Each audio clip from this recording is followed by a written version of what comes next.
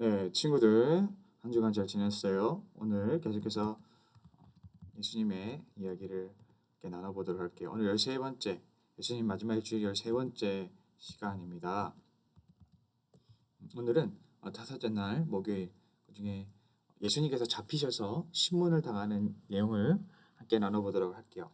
오늘 예수님께서 신문을 당하기 전에 우리 지난주 내용이 뭐였냐면 예수님께서 정말 그 죽음이 두려워서 하나님께 기도했던 내용을 함께 나눴어요.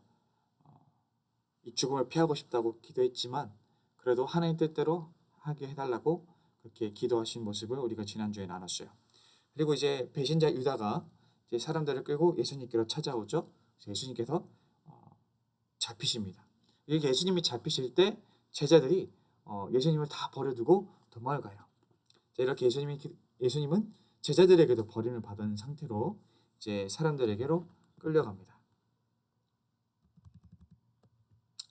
자, 대제사장들과 온 의회가 예수를 사형에 처하려고 그를 고소할 증거를 찾았으나 찾아내지 못하였다.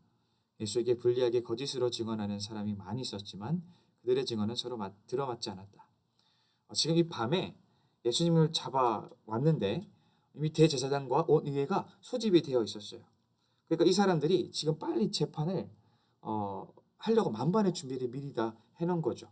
그래서 어떻게 하면 예수를 빨리 순식간에 거짓 증거를 만들어내서 얘를 빨리 어떻게 죽여버릴까 고심을 하던 사람들이었기 때문에 이 사람들이 다 판을 만들어 놓은 상태에서 예수를 데려와서 순식간에 빨리 이제 재판을 치르려고 하고 있는 상황인 거예요. 그런데 예수님을 이렇게 사형을 언고하려면 정확한 증거가 나와야 되는데 증거가 없는 거예요. 왜냐하면 이 재판이 급하게 만든 재판이기 때문에 예수님을 죽이고자 하는 어떤 명분이 부족했던 거죠. 그래서 그러고 있는 상황에서 이제 대제사장이 예수님에게 이렇게 물어요. 그대는 찬양을 받으실 분의 아들 그리스도요? 예수께서 말씀하셨다. 내가 바로 그이요. 당신들은 인자가 전능하신 분의 오른쪽에 앉아 있는 것과 하늘의 구름을 타고 오는 것을 보게 될 것이요. 라고 대답을 하세요. 자, 여기서 찬양을 받으실 분의 아들 그리스도요 라는 말은 여기서 찬양 받으실 분은 바로 하나님을 이제 완곡하게 표현하는 것이죠. 당신의 하나님의 아들 그리스도가 맞느냐? 라고 대제사장이 묻자 예수님이 yes, 내가 그다 라고 대답을 하면서 뭐라고 얘기해요? 인자가 전능하신 분, 곧 하나님의 오른쪽에 앉아있는 것을 보게 될 것이고 인자가 하늘 구름을 타고 오는 것을 보게 될 것이다 라고 얘기를 하죠. 이 말을 듣자 그 자리에 있던 모든 사람들이 이건 신성모독이다 라고 얘기하면서 예수님을 사형을 선고합니다. 왜냐하면 지금 예수님의 대답이 뭐냐면 내가 바로 하나님의 아들 메시아다 라고 대답하고 있는 것이기 때문에 이것이 그 사람들에게는 굉장히 모독스러운 얘기였어요. 왜냐하면 사실 예수님의 이 대답은 내가 하나님과 다를 바 없다 이런 말과 똑같은 거예요. 그러니까 이거는 진짜 유대인들이 들었을 때 좀 말도 안 되는 소리라고 이해가 됐겠죠. 왜냐하면 이 사람들이 보기에 예수님은 그냥 인간 거짓말쟁이에 불과한데 지금 그 입에서 내가 바로 하나님의 아들이라는 얘기가 나왔으니까 이거는 뭐 완전 경악스러운 일인 거죠. 동시에 예수님의 유죄가 입증되는 순간인 거예요. 그러니까 지금 예수님을 죽일 수 있는 명분이 없는데 예수님이 지금 본인 입으로 하나님의 아들이라고 말을 함으로써 예수님을 죽일 수 있는 명분을 이 사람들에게 준 거죠. 그래서 예수님의 사형 선고가 내려지게 됩니다. 그런데 우리가 오늘 예수님께서 자신을 인자라고 소개하고 있는 부분을 우리가 함께 봤으면 좋겠어요. 여기 인자가라는 말하는 이 인자가 어디서 나오느냐? 자, 다니엘서의 7장에 이런 얘기가 나와요. 내가 밤에 이런 환상을 보고 있을 때 인자 같은 이가 오는데 하늘 구름을 타고 와서 옛적부터 계신 분에게로 나아가 그 앞에 섰다. 여기서 이제 인자가 오는데 하늘 구름을 타고 왔다라는 표현이 나오죠. 아까 예수님께서 하신 말이랑 똑같죠. 그러면서 또 뭐라 말해요? 옛적부터 계신 분. 이거는 이제 하나님을 얘기하는 거예요. 그러니까 지금 인자 같은 이가 하나님 앞에로 나아가 그 앞에 섰다. 이 환상을 지금 다니엘이 보고 있다는 거죠. 근데 뒤에 어떤 내용이 나올까? 옛부터 계신 분, 즉 하나님이 이 인자에게 권세와 영광과 나라를 주셔서 민족과 언어가 다른 뭇백성이 이 인자를 경배하게 하였대요. 그리고 그 권세는 영원한 권세여서 옮겨가지 않을 거고 그 나라가 멸망하지 않을 거다. 즉 뭐예요? 하나님이 지금 인자에게 모든 권세와 영광을 그리고 나라를 줬기 때문에 모든 민족과 모든 백성들이 이 인자를 경배하게 될 것이라는 예언을 다니엘이 지금 하고 있는 거죠. 그런데 지금 그 인자가 누구라고 드러나고 있어요? 바로 예수님. 예수님이 본인의 입으로 나는 인자다라고 얘기를 하고 있는 것이죠. 그러면서 내가 하나님의 아들 메시아다라고 이야기를 하고 있는 것입니다. 자, 이제 예수님께서 자신의 진짜 정체를 바로 여기에서 밝히고 있어요. 우리가 한 가지 질문을 던져봐야 되는 것은 예수님께서 이때까지는 자신의 정체를 드러내지 않았다라는 거예요. 마가복음 3장 11절 12절 말씀을 보면 악한 귀신들이 예수님을 보자마자 그분의 정체를 알아채서 당신은 하나님의 아들입니다 라고 고백을 해요. 그런데 예수님께서 뭐라고 꼬집냐면 그걸 나를 세상에 드러내지 마라. 즉 내가 메시아란 걸 세상 사람들에게 드러내지 마라 라고 그들의 입을 다물게 하셨어요. 그리고 마가복음 8장 30절에 가보면 베드로가 예수님을 하나님의 아들이라고 고백을 해요. 그러자 예수님께서 뭐라고 대답했냐? 이 일을 즉 내가 메시아인 걸 아무에게도 말하지 말라라고 경고했대요. 경고까지 하셨다는 거예요. 절대 가르쳐주지 말라라고 신신당부를 하신 거죠. 또 마가복음 9장에 가보면 자, 예수님께서 이제 변화산에서 모세와 엘리야와 대화하면서 마치 하나님처럼 모습이 거룩하게 변하는 그런 사건들이 있었어요. 근데 이 사건이 있고 나서 이렇게 이야기해요. 인자가 죽은 사람들 가운데서 살아날 때까지 본 것을 아무에게도 이야기하지 말라. 지금 예수님은 자신을 여기서 인자라고 소개하면서 이것을 아무에게도 알리지 말라라고 분명히 제자들에게 입단속을 시키고 있어요. 그러니까 예수님께서 자신이 메시아라는 사실을 사람들에게 절대 알리기를 원치 않으셨다라는 거죠.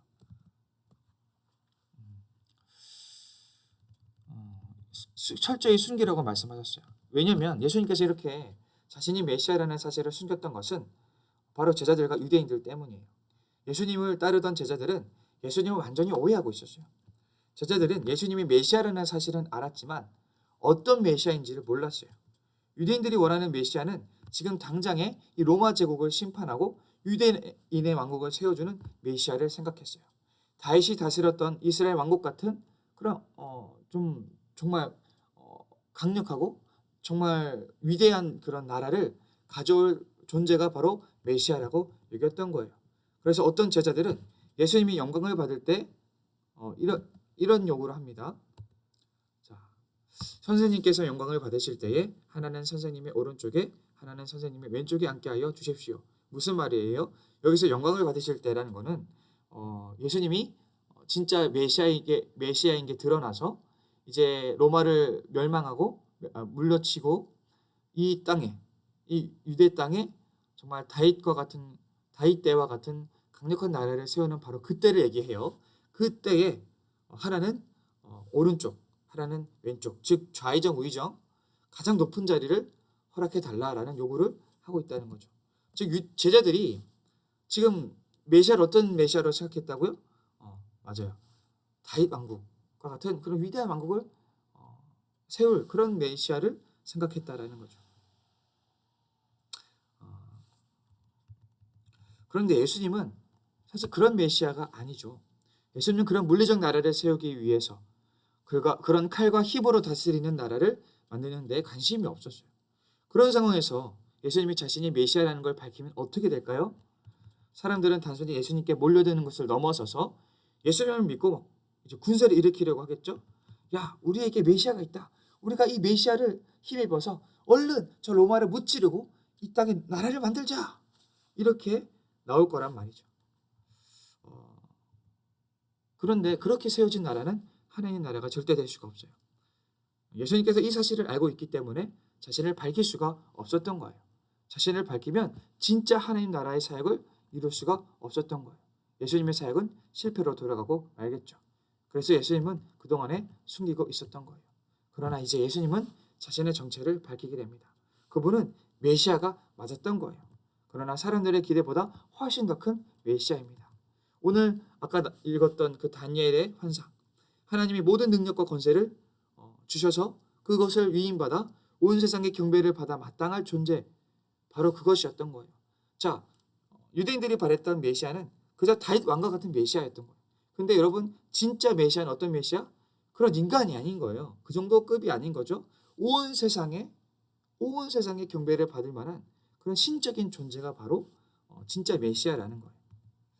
그래서 오늘 본문을 통해서 우리는 예수님이 단순히 리더십이 뛰어나거나 능력이 출중해서 왕이 될 만한 인간이 아니라 온 세상을 다스리는 하나님과 같은 분이라는 사실을 알 수가 있어요. 그런데 여러분 생각해 보세요. 예수님이 결국 어떻게 됐어요? 이 사실을 밝혔지만 사람들은 그 사실을 믿지 않았고 오히려 예수님을 거짓말쟁이로 신성모독자로 십자가에 못 박았단 말이에요. 결국 예수님은 죽으셨어요. 그렇게 대단한 메시아가 죽었단 말이죠. 어떻게 이런 일이 일어날 수 있었을까? 예수님이 거짓말한 게 아닐까? 제자들이 그렇게 생각했던 것 같아요. 그래서 아까 예수님이 잡힐 때 제자들이 모두 예수님을 버리고 도망갔다고 했죠. 그 말은 이 제자들이 예수님을 버림으로써 그러니까 예수님이 우리가 생각했던 메시아가 아니었다라는 것을 깨닫는 지점인 거예요.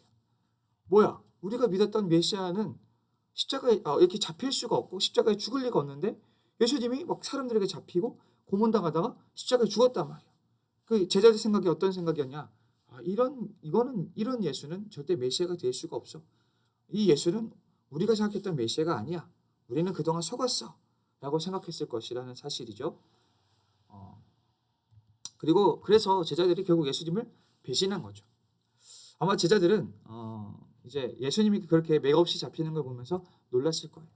당장이라도 전쟁을 일으켜서 나라를 세워야 될 것이 마땅한데 전혀 그런 모습을 보여주지 않았기 때문에 제자들은 실망했을 것이고 그래서 배신했을 거예요. 여러분, 예수님 결국은 십자가에서 죽으셨는데 그리고 제자들은 흩어졌죠. 그런데 여러분, 어떻게 제자들은 예수님의 진짜 정체를 알게 되었을까? 자, 생각해 보세요. 마가복음은 예수님이 죽은 이후에 후대 기독교인들이 쓴 책이죠. 그런데 그들은 어떻게 죽어버린 예수님이 사실은 진짜 메시아였다는 사실을 어떻게 알게 되었고 그걸 믿게 되었을까? 그